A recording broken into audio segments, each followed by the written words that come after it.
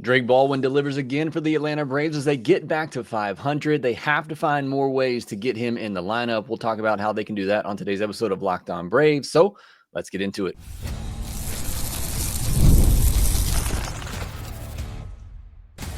You are Locked On Braves, your daily Atlanta Braves podcast, part of the Locked On Podcast Network, your team every day. Hey, and welcome back to Locked On Braves, part of Locked On Sports Atlanta, where we cover your favorite Atlanta sports teams each and every day. I'm your host, Jake Mastriani. You can follow me on social media at ShortstopBall. Check out the podcast there at LockedOn_Braves on X and Locked On Braves on Instagram. If you're watching this on YouTube, please do me a huge favor. Hit that subscribe button, hit the thumbs up button, leave me a comment down below. And for those on the audio version, make sure you leave me a 5-star review on Apple, Spotify, or wherever you get your podcasts. I do appreciate all your support here that you give me at Locked On Braves, all my everydayers out there, making us your first listen of each and every day. On today's podcast, we're going to talk about the Braves' 5-2 win over the Nationals on Tuesday, Drake Baldwin's performance, Spencer Schwellenbach a good performance, and Pierce Johnson getting a chance to save the game. We'll talk about potential closers for the rest of this season and in the future on today's episode, and we'll discuss Ronald Acuña Jr.'s rehab assignment where he went deep in his first game back. All that on today's episode of Locked On Braves. But let's start with the win on Tuesday night against the Washington Nationals, a 5-2 victory, and the Braves are finally back to 500. And while that is a great accomplishment, that is certainly not the goal for this team. But to start 0-7, the rough start that they had, to be able to get back to this point on, middle of May. And I said, a while back, I thought this would be the stretch where the Braves could get to and hopefully get over 500 in their middle part of May, where the schedule is more favorable, but they lost the series to the Pirates and it made me a little bit worried. But they do get back to 500. But again, that is not the ultimate goal. You want to get above 500 and stay there, and hopefully that'll be the case now for the Atlanta Braves. In the game on Tuesday, though, biggest story for me out of this one is Drake Baldwin, and he hit fifth in this order. And thank you, Brian Snicker, for listening to the podcast. I've been saying for a while now, bat him fifth. Bat him behind Matt Olson, bat him behind Marcell Ozuna. Put somebody there that the other team has to worry about. And look, Ozzy, Michael, I believe they'll get going. They'll have their typical good years. But if I'm an opposing team and an opposing pitcher, I'm not giving Matt Olson or Marcell Ozuna anything to hit with Ozzy or Michael Harris on deck, who I know I can just spam some breaking pitches out of the zone and they're going to chase them and probably have some weak contact. So putting Drake Baldwin right there, who you know is going to give you a good at bat, who you know has the power, as you saw on Tuesday, to drive the ball out of the ballpark, even a pitch, away from him. He has the power to pull it into the chop house. So thank you so much for putting him there fifth when he's playing. He or Sean Murphy, I think they both need to be in that fifth spot. He goes 3 for 4 on the night, triple short of the cycle.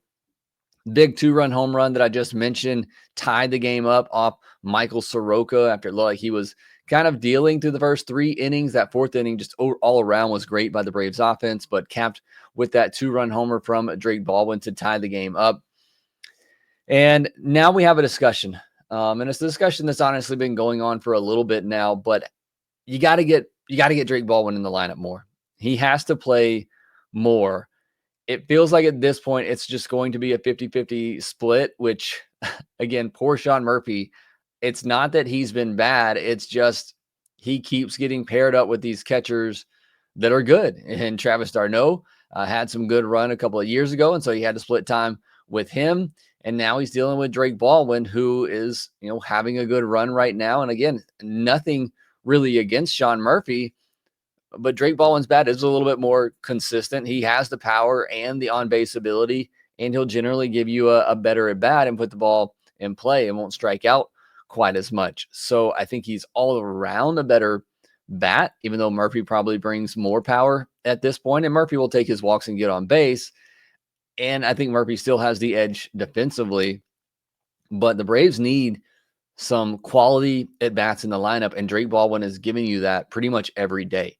So you have to find ways to get his bat in the lineup as much as you can. And I don't think you can just throw Baldwin into left field. I know others have suggested that. I hinted at the idea I threw that out there on social media, the idea that if you were able to put Drake Baldwin in left field, what that lineup could look like, and it looks really, really good. But unless they've been working him out there and we're just not aware of it, I don't think you can just throw him out there and hope for the best. And I know the Braves have done that in the past. They did it with William Contreras. They've done it with Orlando Arcia. They put others out there in left field. But I don't think you can do that to Drake Baldwin. But you do have to find ways to get him in the bat, like in the lineup. Like I said, it's likely going to be a 50-50 split. Snicker already said that he would start on Thursday. You figured Sean Murphy get the start on Wednesday against the lefty. But I think going forward, it has to be a 50-50 split. And in the games that Drake Baldwin doesn't start, you have to find opportunities to use his bat, whether it's pinch hitting for Nick Allen, whatever the case may be. You got to find ways to use his bat in each and every game. He's just swinging it too well right now. And even in the early portion of the season, when he wasn't getting the results, we all saw the at-bats were good, and you knew it would come. It's why we talk about exit velocities. That's why we talk about all of these metrics, is because generally over 162, if those things continue, the results will come. And they're finally starting to come for Drake Baldwin, and you got to keep him in the lineup. The offense needs all the help that it can get right now, and I think you have to get Drake Baldwin in the lineup as much as you can. Now, for the rest of the offense on Tuesday night, 5 runs on 11 hits, which is great. 2 walks, 12 strikeouts is not great. However, strike zone was a bit wide at times. Matt Olson and Nick Allen both struck out 3 times, both of them very frustrated with the home plate umpire, but still 12 strikeouts is a lot.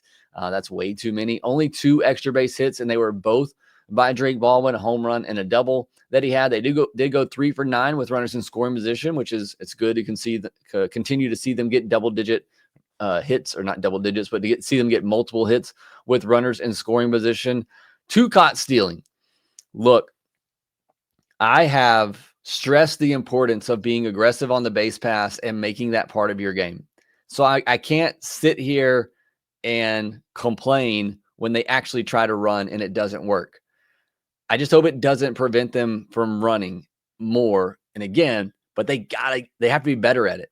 You can't just run for the sake of running. You need to be good at stealing bases. And I don't know how much emphasis the Braves put in stealing bases, at least in practicing that. I don't know, because I'm not there on an everyday basis, but they're bad at it. They are really bad at it.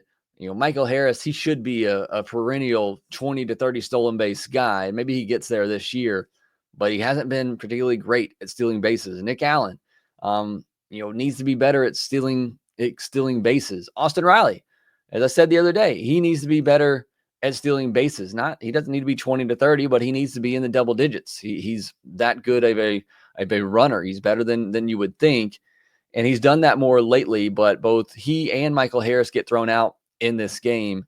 And the Austin Riley one, it might have been a hit and run situation, which I'm all for.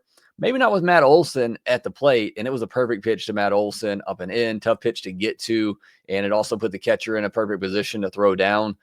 So again, I can't get mad at them for trying to push the envelope and be aggressive, especially when you're up and being aggressive and staying aggressive. I can't fault them for that, but you got to be better at it. And hopefully this doesn't deter them from doing it more and getting better at it, because the inning after Michael Harris got thrown out, which is a close play, initially called save, was overturned. Eli White got on to lead off the inning, and I'm thinking, run. You're the fastest player on the team, run. And he never ran. And you wonder if that was just a result of them being extra cautious because Michael Harris got thrown out to end the last inning. So I want them to continue to do those things, to be more aggressive, but you have to be better at it. It has to be something that you focus on, you practice, and get better at, because it needs to be a part of this offense if they're going to take off, especially if the home runs aren't going to be your calling card anymore, which still I think it will be eventually, but it's not right now.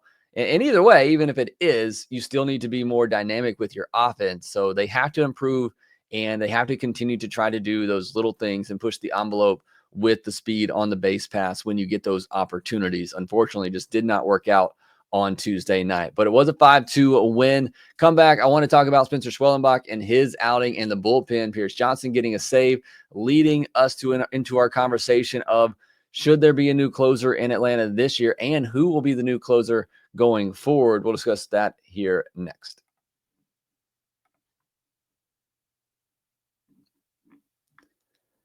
If you're looking for get supplies you need from the site made for the skilled trade, Supply House. Whether you're in plumbing, HVAC, or electrical work, Supply House is the reliable way to order products online. Their easy-to-use website is packed with helpful resources and the latest product info to help you get the job done right. Plus, with a complete inventory of over 200,000 parts from 400 plus top brands, you'll find exactly what you need delivered fast from coast to coast. Need help with an order? Supply House offers expert support and industry-leading service, so you'll always talk to a real person. And for trade pros looking for an extra edge, their free Trade Master program offers exclusive perks like a dedicated phone line, free shipping, and discounts on every order. Thousands of skilled professionals are already taking advantage. Now it's your turn. Join the Trade Master program today at supplyhouse.com/TM and start ordering plumbing, HVAC, and electrical supplies with just a few clicks. Plus, use our promo code SH5 for 5% off your first order. That's SH5 for 5% off your first order at supplyhouse.com. Thank you, as always, making Locked On Braves your first listen of each and every day. Appreciate all your support here on the podcast. We'll have 2 more episodes this week. We'll do one Thursday night, wrapping up this National Series and previewing the weekend series that the Braves have against the Red Sox. And then we'll have our mailbag episode on Friday. Now, as far as the pitching goes on Tuesday, Spencer Schwellenbach, 7 innings, 4 hits, 2 walks, 2 earns, 1 home run, 3 strikeouts on 97 pitches. And this felt more like a Spencer Schwellenbach type of outing. Only 6 hard hits given up. 3 of them went for hits. 84 mile per hour average exit velocity. 16 balls that weren't hit hard. It was a bunch of weak contact, and that's what we like to see from Spencer Schwellenbach, and it's generally what we see. Not a lot of strikeouts, but that's okay. It allows him to be efficient. He's getting that weak contact and letting them put the ball in play and getting easy outs. And when Spencer Schwellenbach is going well, that's typically what you're going to see. He leaned heavily on the slider in this one. Lindsay talked a lot about that on the postcast, and I think that's just the thing with Schwellenbach. He has so many pitches. Hitter has to be prepared for all of them, but if you're in a game and you're seeing that they're really struggling, like the Nats are a very aggressive team. We've seen that in these first 2 games. If they're constantly going after that slider low and away, just keep spamming it until they adjust to it. And that's what they did in this one, he and Drake Baldwin. He threw 54 pitches out of the strike zone and just 44 inside of the strike zone. We've talked a lot about Spencer Schwellenbach and his command and how great it is and how sometimes he can throw too many pitches in the zone.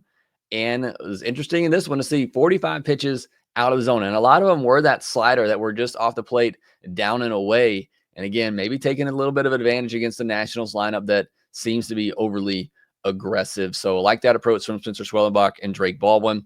In the bullpen, Dylan Lee was excellent, as he always is. And Pierce Johnson comes on to get the save in the 9th inning. It was a 3-run lead. He did allow a base runner, and he should have brought the tying run to the plate. A 3-2 pitch to Dylan Cruz that was above the zone. But as I said, the strike zone was a bit wide on Tuesday night. He gets the favorable strike 3 call to end the game.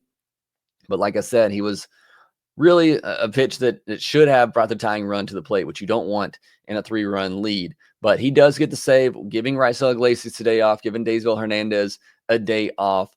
And the Braves go with Pierce Johnson in the 9th inning.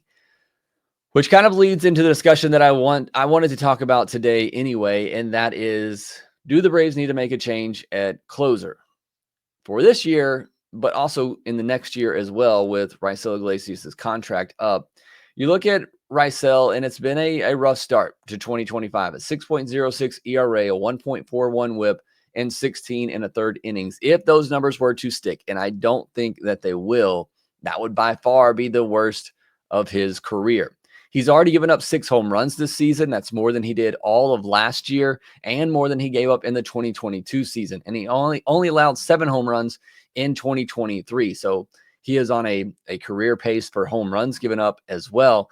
In his career, He's been highly underrated as a reliever. He has a 2.94 ERA, a 1.06 whip, and 685 innings with 230 saves. I talk about it all the time, but he has quietly been one of the best relievers in baseball for a decade now. And since joining the Braves, he's been even better than that. Going into this season, not counting his 2025 stats, but since joining the Braves and into 2025, he had a 1.96 ERA, a 0.92 whip, a 195 batting average against, a 28.1% strikeout rate, a 5.6% walk rate, and just 11 home runs allowed, again, entering 2025. He has been unbelievable for the Atlanta Braves. But it's not been the case in 2025. It is his age 35 season, and you knew there had to be some regression from last year. I mean, he was going into the end of last year. I think you could have made a case for him to get some Cy Young votes. He stumbled a little bit there at the end, but he was unreal for the Braves last season. As I've pointed out many times with Raisel this year, it's a combination of him just not pitching well and leaving way too many pitches up in the zone. He's done better at that as of late. If you go, I put a post out on my social media at Shortstop Ball. I did a side-by-side comparison of his heat map of pitches in the zone from 2024 to 2025. And you look at that and you can see a clear issue with Raisel Iglesias on the changeup and the slider. In 2024, the changeup, it's pretty much all located down and in to righties. And the slider is pretty much located all down and away from righties. But you look at it this year, and there's red spots all over the middle of the zone on both of those pitches. And that is the biggest issue for Raisel Iglesias this year, is he is just not consistently landing those pitches in the spots where he needs to. He's leaving them out over the middle of the plate. And until he figures that out and improves on that, he's going to continue to have the issues that he's having. Now, he is also having some bad luck. Like I said, there is regression. That is just part of baseball sometimes. But for the most part, especially early in the season where he's struggling with the home run balls because everything is up and he's missing with his changeup and his slider. And like I said, that has to get fixed. And if that does get corrected, once it gets corrected, I believe it'll be back to the Iggy that we all know and will be fine. But if it does not, and maybe just this is the falling apart for Raisel Iglesias, who, like I said, has been unbelievable for the Braves, unbelievable in his career for a decade now. If he doesn't turn it around, who do the Braves go to as their closer for this year?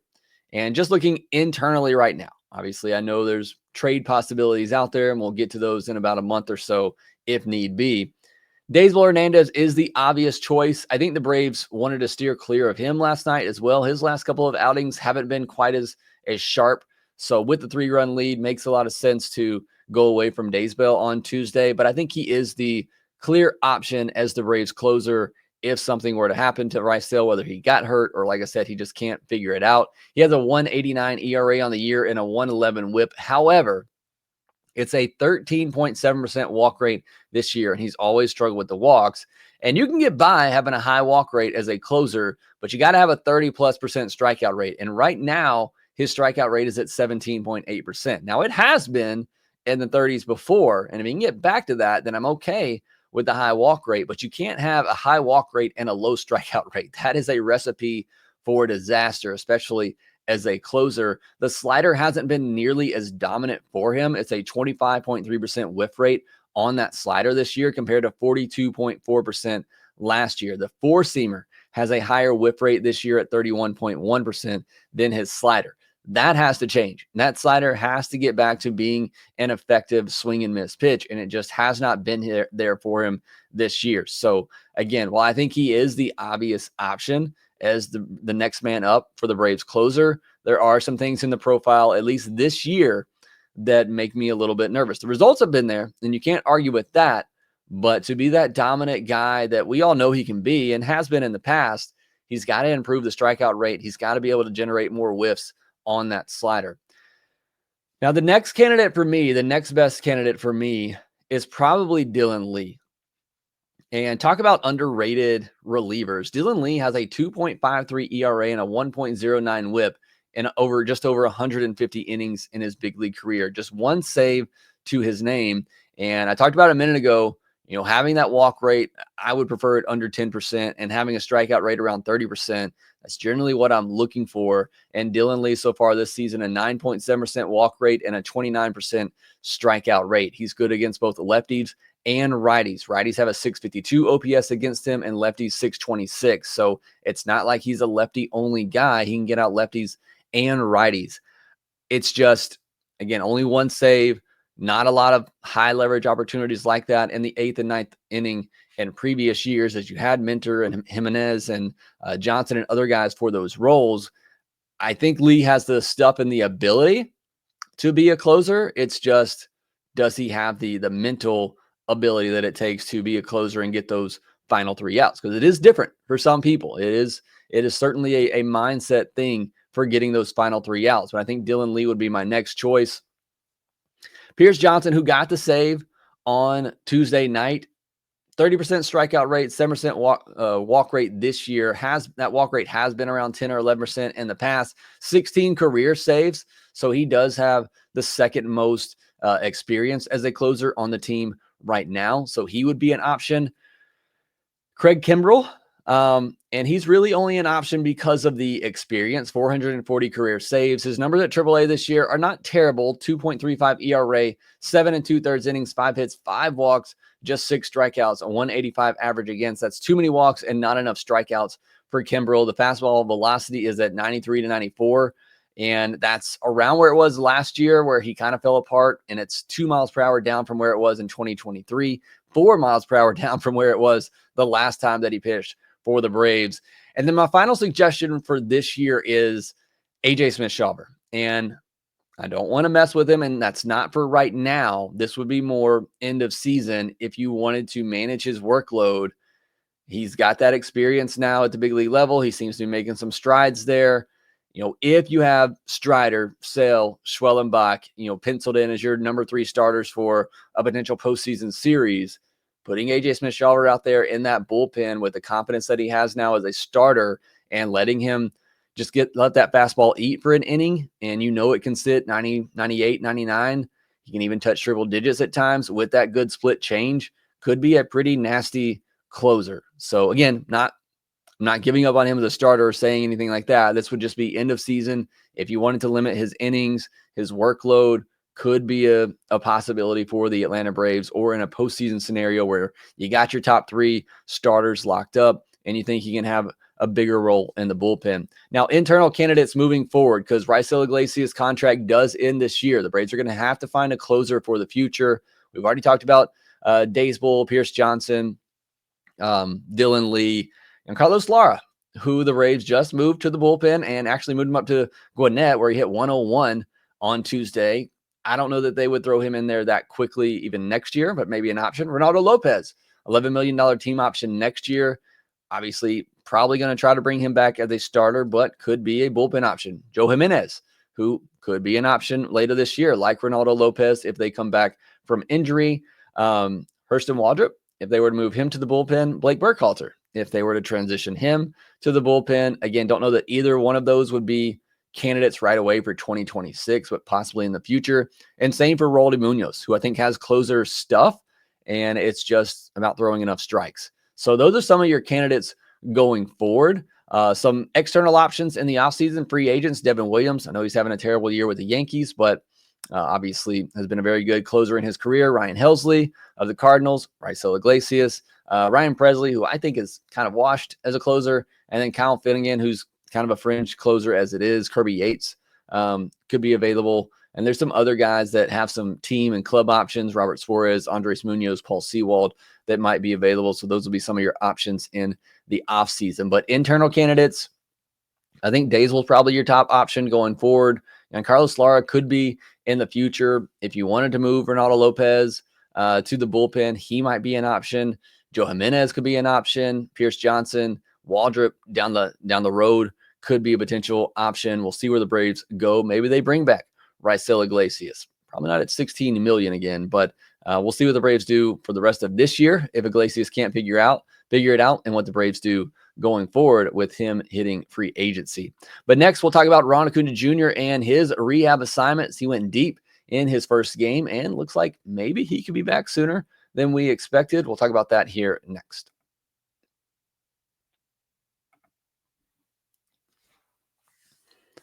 Well, wouldn't you know it, Ronald Acuña Jr. in his first rehab game, in his first game in nearly a year, he goes deep. And if you haven't watched the video yet, go back and do it and watch the whole thing through. I forget which one it was. There's several of them out there, but there's one that gets a picture of him smiling, coming back to the dugout, and it nearly brought tears to my eyes. This kid loves playing baseball. You can question his flashiness, whatever it is that ticks you off about Ronald Acuña Jr. One thing you cannot deny is that this kid loves playing baseball, and I love him for that. I can't wait to see him back out there doing what he loves for the Atlanta Braves. Now, I thought he might stay in the complex league for the rest of this week, but sounds like he's already headed to Gwinnett, where he'll be on Thursday. He'll take the day off on Wednesday, play on Thursday. Wouldn't be surprised if he is every other day for this week before they start trying to get him to back-to-backs. And again, just because he's in Gwinnett doesn't mean he's on the threshold of returning, but it is advancing a little bit quicker than even I thought. I thought he might stay at the complex league for a little bit where they can kind of control him a bit more and control the at-bats that he gets. But they're moving him up to Gwinnett, and now my expectations are maybe 2 weeks might be the maximum for Ronald Acuña Jr. before we see him back. So again, got to see how it goes. He's got to be able to play in the outfield, full games back to back before he can be cleared. But certainly a great start, seeing him hit a home run. I know it was in the complex league. I don't care. And we'll see how he does at Gwinnett on Thursday. And those of you who are in Gwinnett or in the area, go out and watch Ronald Acuña Jr. That'll be fun to do. Young Carlos Lara, I mentioned him a minute ago. He moved up to AAA as a reliever and touched a 101 in a scoreless inning on Tuesday. So that is a development to watch there. Now, as for the game on a Wednesday, the Atlanta Braves are looking to clinch a series victory against the Nationals. Really kind of need them to on Wednesday with how bad they've been in day games and in a very early start on Thursday. Really would love for them to go ahead and clinch this series, get a game above 500. It'll be Mitchell Parker versus Bryce Elder. Parker, left-handed pitcher, 3.97 ERA, a 1.30 whip, just a 13.3% strikeout rate this year and an elevated 11.2% walk rate. That doesn't generally lead to a lot of success when your walk rate and your strikeout rate are nearly the same. 28% or higher whiff rate on his split, curve, and slider, though. That'll play. The slider is for lefties. The splitter is for righties. He went at least 6 innings in each of his 5 starts, giving up 1 earned or less in 4 of them. So he got off to a really good start, but his last 3 starts have been quite terrible, giving up a combined 15 earned runs on 18 hits, 11 walks, and just 6 strikeouts. So let's hope that continues. It's another chance for the Atlanta Braves against a struggling starting pitcher to have a good game, put up a lot of runs. Hopefully they can get it done. On the other side, Bryce Elder, it's now 5 straight games for him, going at least 5 innings and giving up 4 earned or less. And that's really all you can ask for Bryce Elder. The Nats have proven to be a very aggressive team, and that's generally plays into the hands of Bryce Elder, who wants you to nibble on that sinker off the zone inside to righties, or that slider just off the plate away, kind of like what Spencer Schwellenbach was able to do. If Elder can land that slider consistently down and away, he could get those similar results. It's just, he and Schwellenbach both, sometimes you're at the mercy of where the ground balls go, but if you can get those weak grounders on the infield, it could be a good recipe for Bryce Elder to have another good game. It's just, as good as he's been lately, it still is somewhat of a wild card to me. I mean, it wouldn't surprise me if he goes out there and goes 6 innings, gives up 2 earned. It wouldn't surprise me if he goes out there and gives up, 4 earned over 5 innings, and the Braves are in real trouble. But I think those are the 2, outcomes for Bryce Elder. But more than anything, I'm not as focused on Bryce Elder and his outing as I am on the offense and going after a pitcher that has given up 15 earned runs in his last 3 starts and really going to work on him. You're probably going to see Sean Murphy in the lineup over Drake Baldwin. You're probably going to see Stuart Fairchild in the lineup over Alex Verdugo. That's what I would expect Brian Snitker to do in this one. So it's going to be a little bit of a different lineup. But again, as soon as Mitchell Parker comes out, I would expect Brian Snitker, depending on this game situation, to then insert Verdugo and not Drake Baldwin necessarily for Sean Murphy, but using Drake Baldwin in a right spot for, Nick Allen or somebody else at the bottom of the lineup, depending on the situation. But we'll see how this thing plays out on Wednesday again. Hopefully the Braves can go ahead and clinch this series and get over 500 for the first time this year. We'll talk about it over on the postcast once the game's over, and I'll be back on Thursday night to wrap up the series against the Nationals over on the Locked On Braves podcast right here. We're on it. So make sure you subscribe, hit the thumbs up button, do all those things. Make sure you rate, review, and subscribe to the Locked On Braves podcast wherever you get your podcast, and we will talk to you next time.